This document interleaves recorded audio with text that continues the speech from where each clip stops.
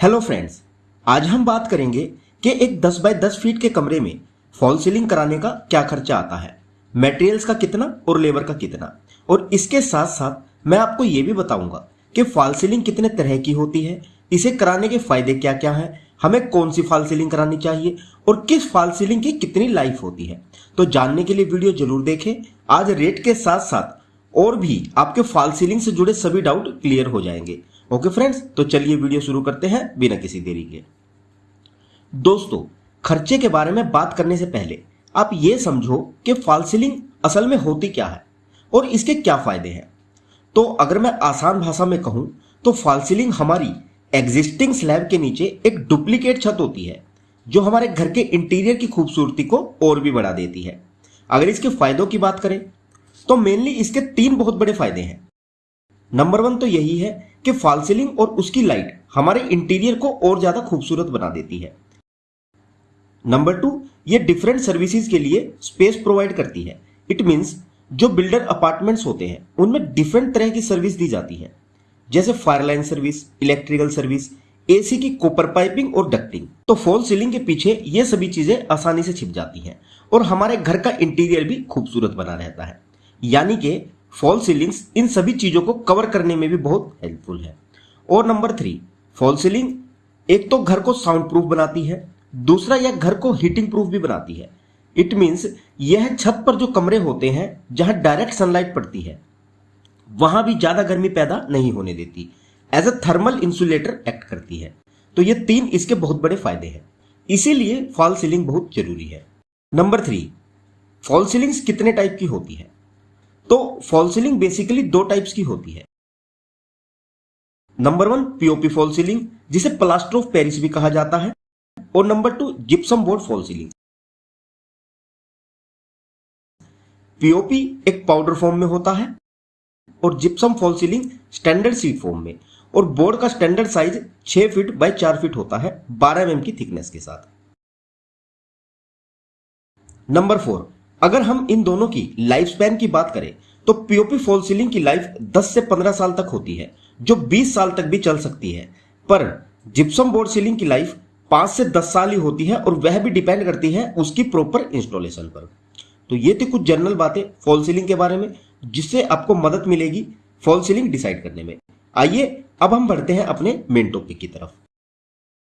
मान लो ये हमारा एक रूम है 10 फीट बाय 10 फीट का।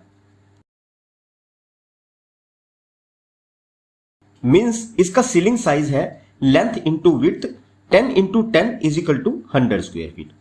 अब अगर इसकी ट्रे की बात करें तो यह जनरली 18 इंच की ली जाती है, मीन्स 1.5 फीट की।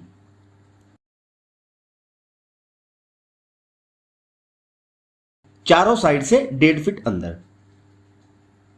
देखिए, इसे ऐसे समझे कि हम इसे मान लेते हैं A1 साइड और इसे A2 साइड, और इसे हम नाम दे देते हैं B1 साइड और इसे B2 साइड।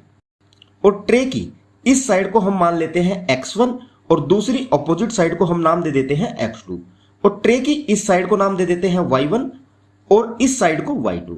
इससे समझने में आसानी होगी। देखिए, आपकी फॉल सीलिंग ऐसे होती है, ये इसकी 8 साइड है। समझ गए फ्रेंड्स? आइए अब इनका एरिया कैलकुलेट कर लेते हैं। तो सबसे पहले हम A1 साइड ले तो इसकी लेंथ है 10 फीट और विड्थ है 18 इंच, यानी कि 1.5 फीट। तो इस साइड का एरिया हो गया A1 का 10 into 1.5 is equal to 15 square feet, और A2 का एरिया भी सेम होगा 10 into 1.5 is equal to 15 square feet. अब आ जाओ इसकी B1 साइड पर। तो क्योंकि ये दोनों साइड हमने पूरी ले ली है तो दोनों साइड से 1.5 फीट कम हो जाएगा, तो ये लेंथ बचेगी आपकी 7 फीट। Okay friends? और दूसरी साइड B2 की लेंथ भी सेम बचेगी, तो B1 का एरिया हो जाएगा 7 इंटू विड्थ है 1.5 फीट, तो into 1.5 is equal to 10.5 square feet, और B2 का एरिया भी सेम होगा, तो 7 into 1.5 is equal to 10.5 square feet. अब देखिए, थोड़ा ध्यान से समझिएगा फ्रेंड्स। अब जो इस ट्रे का फर्मा होता है वो अंदर 5 इंच तक होता है, जो बाहर से 2.5 इंच ही दिखता है, अप्रोक्स 3 इंच। तो ये 2 साइड के 2 हो गए, तो हम इसके 2 गार्ड लाइन ले लेते हैं। तो x1 is equal to 7 into 2 is equal to 14 running feet. और इधर से भी सेम रहेगा, तो x2 is equal to 7 into 2 is equal to 14 running feet. ऐसे ही इस साइड का y1 होगा, y1 is equal to 7 into 2 is equal to 14 running feet, और y2 is equal to 7 into 2 is equal to 14 running feet. तो ये total area हो जाएगा अगर स्क्वायर फीट में देखें, A1 plus A2 plus B1 plus B2 is equal to 15 plus 15 plus 10.5 plus 10.5 is equal to 51 square feet. और अगर running feet में देखें तो x1 plus x2 plus y1 plus y2 is equal to 14 plus 14 plus 14 plus 14 is equal to 56 running feet. तो total area हो जाएगा हमारा 51 plus 56 is equal to 107 square feet. आप इसे रनिंग फीट या स्क्वायर फीट कैसे भी ले सकते हैं। और सीलिंग एरिया आया था हमारा 100 स्क्वायर फीट, तो ये टोटल एरिया हो जाएगा 107 plus 100 is equal to 207 square feet.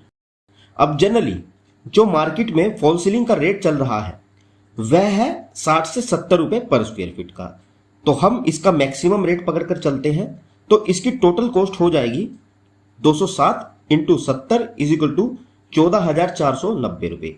एक 10 बाय 10 के रूम में फॉल सीलिंग कराने की टोटल कॉस्ट। अब एक चीज मैं आपको और बता देता हूं कि इसमें आपका मटेरियल क्या क्या लगेगा एक 10 बाय 10 फीट के रूम में फॉल सीलिंग कराने में। तो नंबर 1 तो 6 तो जिप्सम बोर्ड लगेंगे 6 बाय 4 फीट के। नंबर 2 2 पीओपी के बैग लगेंगे। नंबर 3 6 चैनल बॉटम लगेंगे 12 फीट के। नंबर 4 6 पीस एल पत्ती लगेगी 12 फीट की।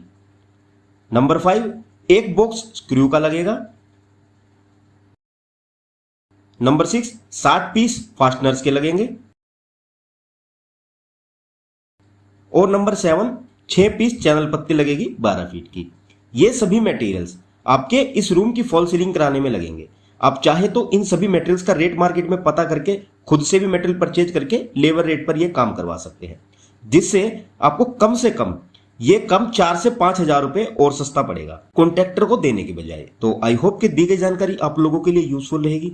सो if you learn something please like the video and share it with someone who might benefit from it.